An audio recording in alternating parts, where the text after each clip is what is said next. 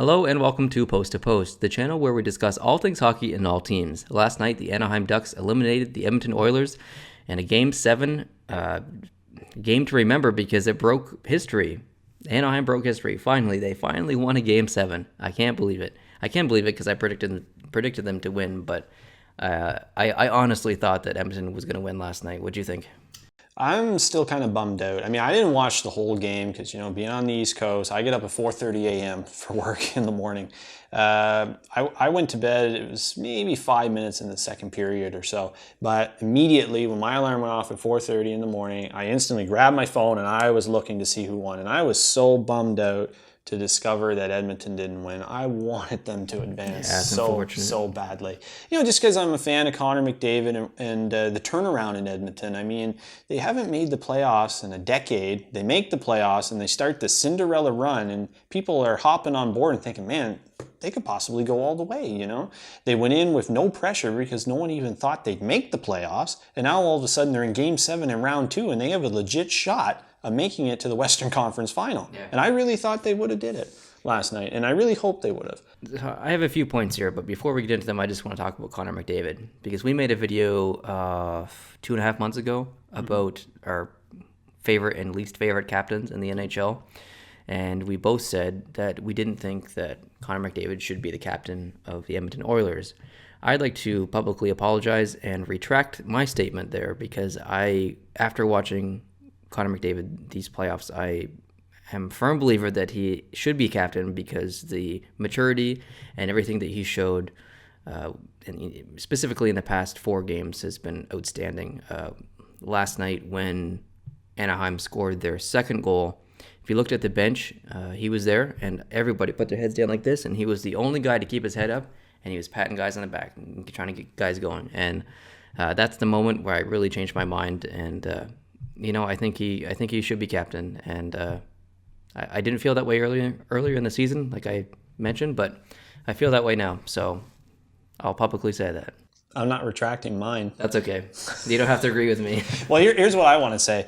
As soon as they drafted Connor McDavid, I instantly knew he would eventually become the captain of the Oilers. Because when you draft a guy the caliber of Connor McDavid, who to me is the same caliber as a Sidney Crosby, he's going to be the captain, the future, the franchise, everything. I just would have wished they had waited a few more years in order for him to just really zone in, get himself into the NHL mindset, and then give him the captaincy.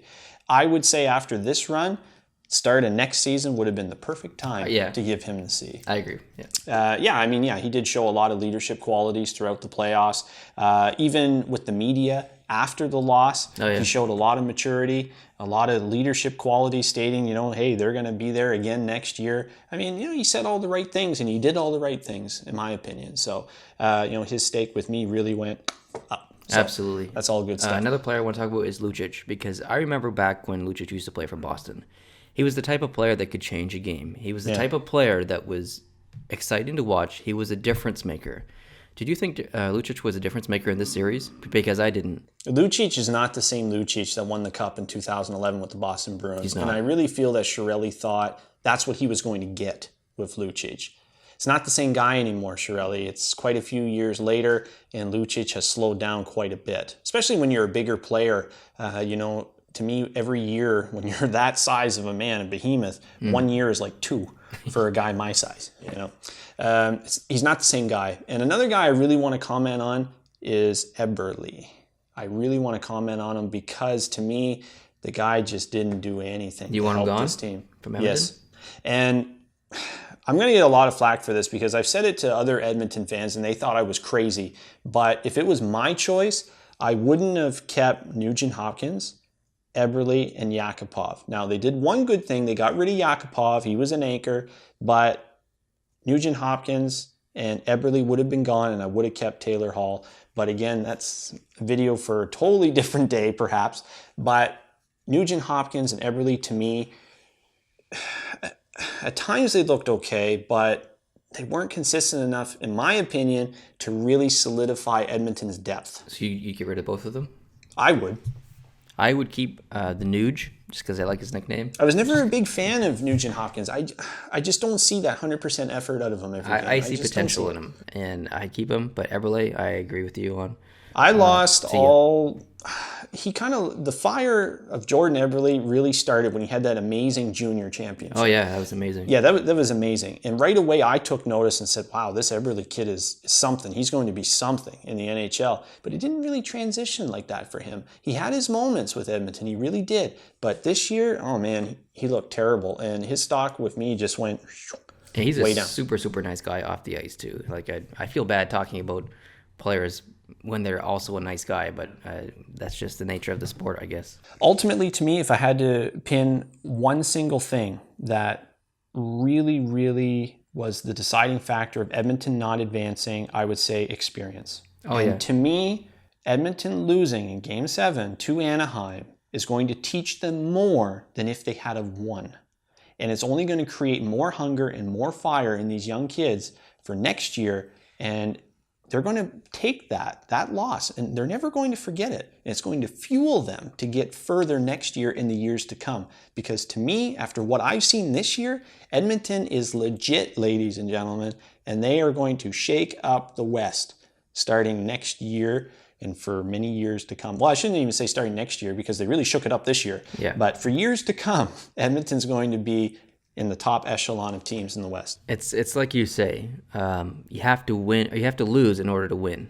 Yeah, exactly. Look at Edmonton in 1983. What happened? They went up against the New York Islanders. Yeah. Everyone thought the Edmonton Oilers, they're finally the team that's going to dethrone the dynasty that is New York Islanders. Islanders beat them 4 straight. Boom. And the the Oilers were red hot. They had their own young core that turned into a dynasty. Yep. But then that fueled them. They got back to the Cup final in 84, and what did they do? They finally dethroned the Islanders. Pittsburgh, 2008, went right to the Cup final, lost to Detroit. Back to the Cup final in 09 against Detroit. What did they do? They won. You have to lose in order to learn how to win, except if you're the Washington Capitals. Except if you're the Washington Capitals. Sorry, I had to throw that in. You're still riled up from that other video. Very riled up. But. Yeah, I mean, we can talk about Edmonton and everything, but I think we would be fools not to give Anaheim some credit because Getzlaf had probably his best series I've ever seen him in. He was outstanding, and I called him out in the previous video where we did round 2 predictions and so on. And I said if Anaheim's going to have any success, Getzlaf has to step it up as well as Corey Perry. Corey Perry, to me, looked better in this round. He looked better this round than the first round for sure. He was no caliber compared to Getzlaf. Getzlaf just, was taking this over. Yeah. And I mean, as the captain, that's what you got to do, right? And Getzlaf is a big reason, big reason why Anaheim advanced. Absolutely. And they've got other key players too. I felt Richie played really well.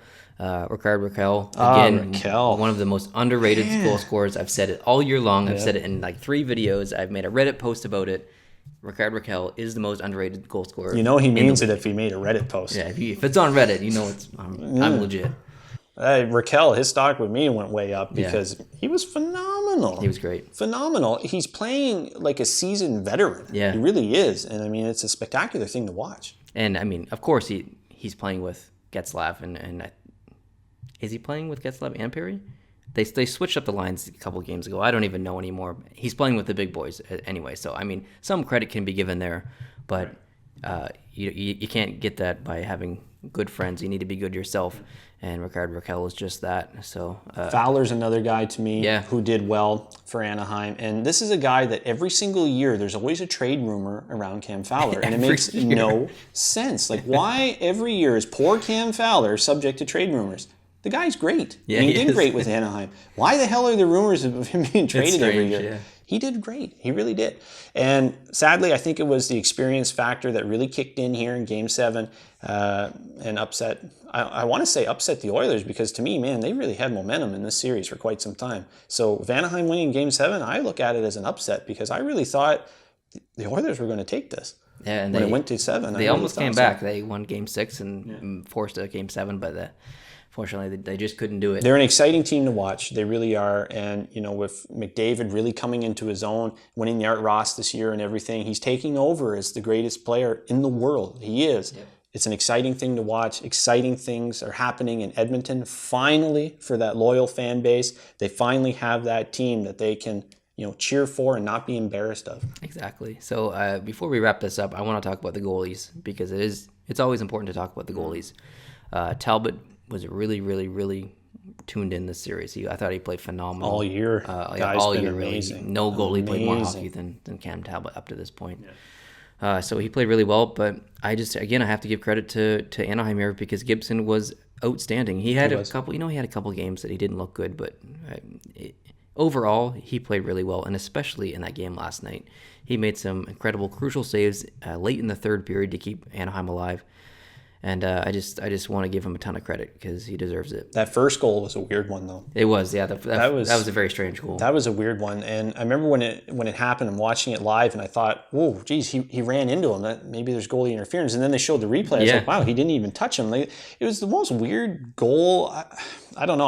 I've watched that clip like 5 times, and I'm still not sure how the hell that thing went in. Yeah, it's very strange. But I still don't think there's any fault or finger pointing on goaltending in this series. Both were incredible. Talbot, my goodness, that guy's stock has really gone up. That guy deserves a raise this year. Yeah. What a season! What a playoff for him. And next year, Edmonton could be scary. Could be. So we have Anaheim playing Nashville next. Yep. My prediction is coming true. I can't, if you look at my West prediction, it's almost all right. I think, I have Nashville and Anaheim meeting in the conference finals, but if you look at my East prediction, every single one is wrong. Everyone. I don't understand it, but that's just the way predictions go, I guess. Yeah, they're fun. Yeah, fun indeed. All right, so let's wrap up this now. If you are an Edmonton fan and you're sad, let us know in the comments below. Don't be too angry at Anaheim. They played a good series, but let us know down below in the comments how you feel and what you thought of this series. If you're new to this channel, I hope you hit the subscribe button. If you like this video, hit the like button. If you want to follow us on social media or listen to our podcast, check the links down below in the description. And otherwise, we'll see you in the next video. Adios.